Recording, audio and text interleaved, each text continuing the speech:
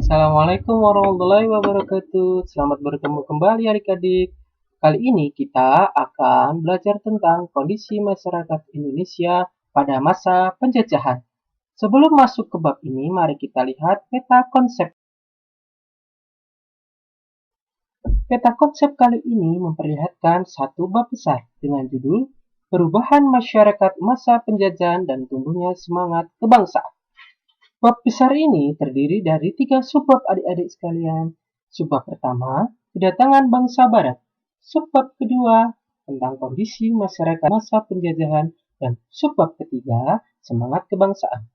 Tidak menunggu lama, mari kita bahas subbab kedua, yaitu kondisi masyarakat masa penjajahan.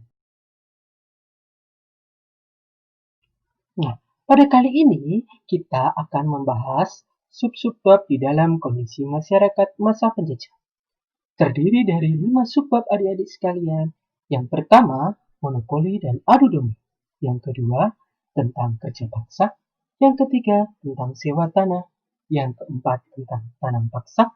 Dan yang kelima, tentang perlawanan terhadap imperialisme dan kolonialisme.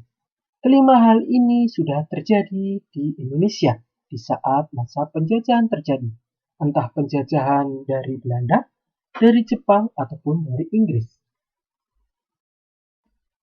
Pada peta konsep kondisi masyarakat masa penjajahan yang sudah dijelaskan di awal tadi ada 5, kita akan membahas fokus pada 2 hal, yaitu kebijakan sistem kerja paksa dan kebijakan sistem sewa tanah yang terjadi di Indonesia. Nah, adik-adik sekalian, nanti kita akan bahas bagaimana sistem ini berjalan di Indonesia pada saat masa penjajahan.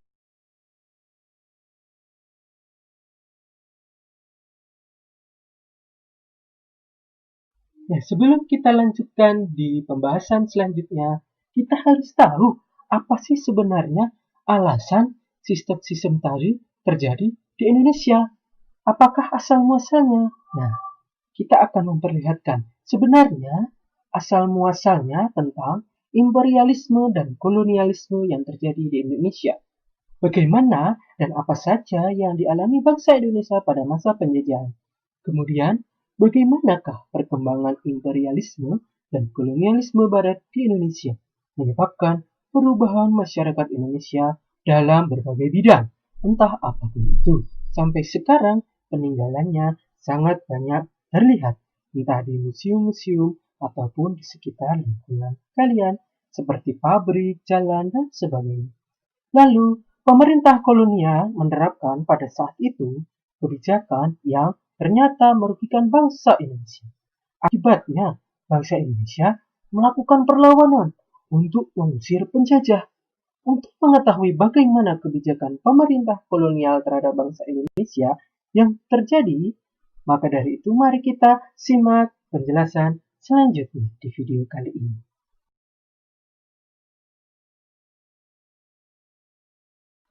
Oh, ternyata apakah benar ataukah salah ya pengaruh kebijakan kerja paksa dengan pengaruh sistem sewa tanah itu sama ataukah berbeda? Mari kita bahas.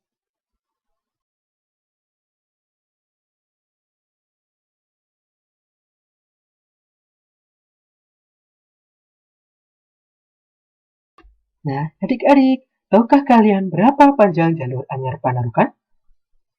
Nah, jalur tersebut memanjang lebih dari 1000 km. Sangat panjang. Jalur ini membentang dari Cilegon, Banten, lalu Jakarta, Bogor, Bandung, Cirebon, Semarang, Pati, Surabaya, Probolinggo, hingga Panarukan, Jawa Timur. Sangat panjang. Mengapa jalur ini dibuat? Salah satunya untuk menjadi jalur transportasi utama pada saat zaman kolonial atau zaman penjajahan Belanda di Indonesia. Sangat membantu dalam mengangkut hasil bumi yang berada di daerah-daerah tersebut untuk dikirim ke Batavia. Pada saat itu ada istilah jalur ini menjadi jalur penghubung yang terpanjang di Indonesia. Nah, saat ini jalur tersebut merupakan salah satu jalur transportasi utama juga yang masih digunakan di Pulau Jawa. menjadi salah satu jalur utama untuk melakukan mudik di saat bulan Ramadan atau di saat hari Idul Fitri. Nah, salah satu peninggalan penjajahan dulu yang saat ini masih kita gunakan dan masih kita rawat.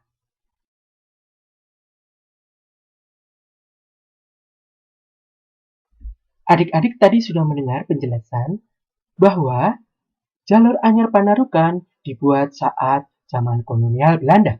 Nah, siapakah yang memimpin pembangunan infrastruktur Jalan Anyar Panarukan tersebut? Ya, Gubernur Jenderal Dendels namanya, yang memerintah tahun 1808 sampai 1811. Beliau melakukan berbagai kebijakan seperti pembangunan militer, jalan raya, perbaikan pemerintahan, dan perbaikan ekonomi. Salah satu kebijakan yang terkenal dan bukti yang dapat disaksikan hingga masa sekarang adalah pembangunan Jalan Anyar Panarukan yang kita bahas tadi. Nama lainnya selain Jalan Raya Pantura Pantai Utara Jawa juga Jalan Raya Pos. Kenapa memiliki itu? Karena menjadi salah satu jalan raya yang digunakan untuk transportasi pos pada saat itu. Nah, jalan tersebut dibangun dengan tujuan utama untuk kepentingan militer pemerintah kolonial. Dalam perkembangannya, ternyata jalan tersebut menjadi sarana transportasi pemerintahan dan mengangkut berbagai hasil bumi.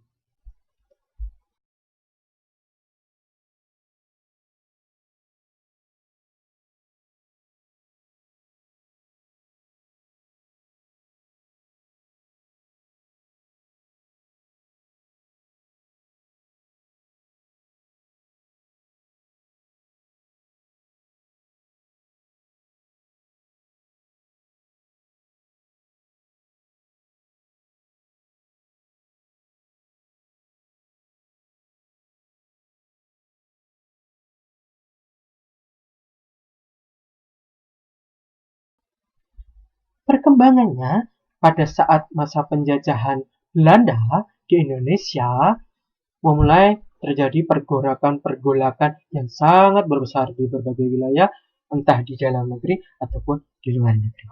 Nah, salah satu contohnya adalah pada saat masa meletusnya perang di Eropa antara Prancis dan Belanda. Raja William V dari negeri Belanda berhasil lolos dari serangan Prancis dan melarikan diri ke Inggris. William V kemudian mengeluarkan maklumat yang memerintahkan para pejabat jajahan Belanda di Indonesia dan wilayah lainnya menyerahkan wilayah jajahannya pada Inggris. Maklumat ini dimaksudkan agar jajahan Belanda tidak jatuh ke tangan Prancis. Saat Inggris menguasai Indonesia, Gubernur Jenderal Lord Minto membagi daerah jajahan Hindia Belanda menjadi 4 gubernur, yakni Malaka, Sumatera, Jawa, dan Maluku. Lord Minto selanjutnya menyerahkan tanggung jawab kekuasaan di Indonesia atas seluruh wilayah itu kepada Letnan Gubernur Thomas Stamford Raffles.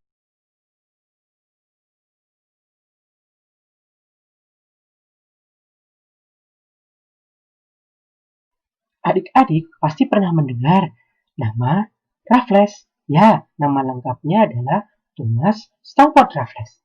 Biasa dipanggil Raffles. Nah, Raffles ini merupakan salah satu gubernur dari Inggris yang membuat Kebun Raya Bogor yang berada di Istana Kepresidenan di Bogor. Nah, pada saat masa Raffles membuat sebuah kebijakan yang bernama adalah sistem sewa tanah atau nama lainnya adalah Random System atau Land Lease Station. Sistem ini memiliki ketentuan ada 4, antara lain, pertama, petani harus menyewa tanah meskipun dia adalah pemilik tanah tersebut.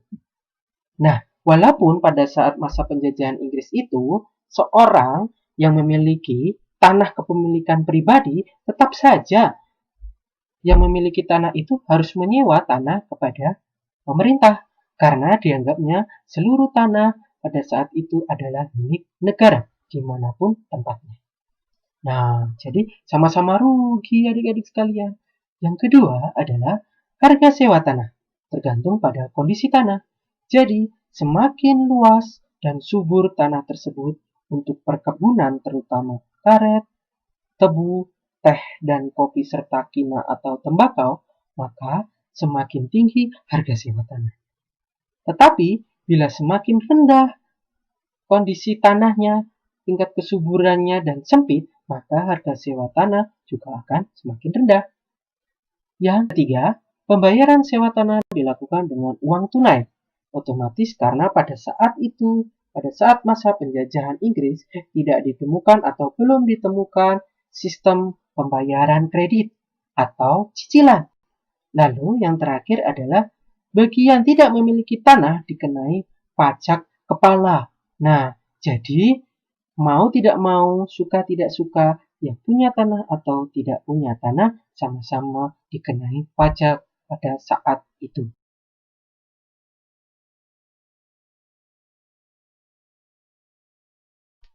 Nah, adik-adik, penjelasan selanjutnya tentang penerapan sistem sewa tanah di Indonesia.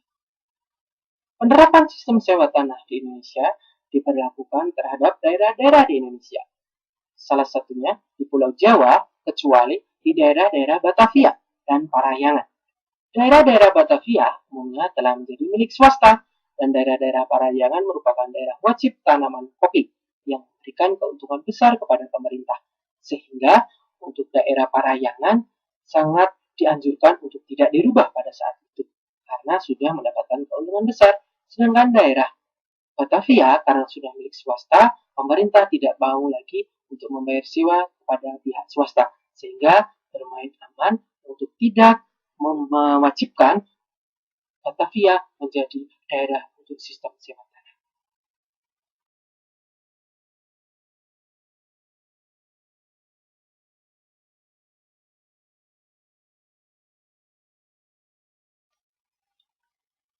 Lalu ternyata pelaksanaan sistem sewa tanah dianggap memiliki banyak kelemahan pada saat itu, sehingga gagal diterapkan di seluruh Indonesia. Pertama adalah sulit menentukan besar kecilnya pajak bagi pemilik tanah, karena tidak semua rakyat memiliki tanah yang sama. Lalu sulit menentukan luas dan tingkat kesuburan tanah petani. Selanjutnya, keterbatasan jumlah pegawai. Dan yang terakhir adalah masyarakat desa belum mengenal sistem uang, sehingga terkadang masyarakat masih menggunakan barter untuk membayar kepada pemerintah, sedangkan pemerintah hanya membutuhkan dalam wujud tunai atau uang. Nah, adik-adik, jadi tadi sudah kita dengarkan penjelasan tentang sistem dan kebijakan yang dibuat oleh para penjajah dan diterapkan di Indonesia. Nah, perbedaan mendasarnya adalah bila kerja paksa dilakukan oleh kolonial Belanda dalam wujud pembangunan secara fisik untuk meningkatkan infrastruktur dan mendukung transportasi serta sistem militer yang pada saat itu di Indonesia. Lalu, bila sistem sewa tanah dilakukan oleh kolonial Inggris yang dalam wujud meningkatkan hasil pertanian dan perkebunan untuk dijual ke luar negeri atau hasil ekspor dalam rangka meningkatkan kas negara. Nah, kita harus bersyukur karena sudah tidak merasakan hal seperti itu lagi. Tetapi kita masih bisa belajar dari peninggalan-peninggalan yang masih ada dan masih bisa kita lihat. Tuh. Nah, adik-adik, sampai sini saja belajar kita ya.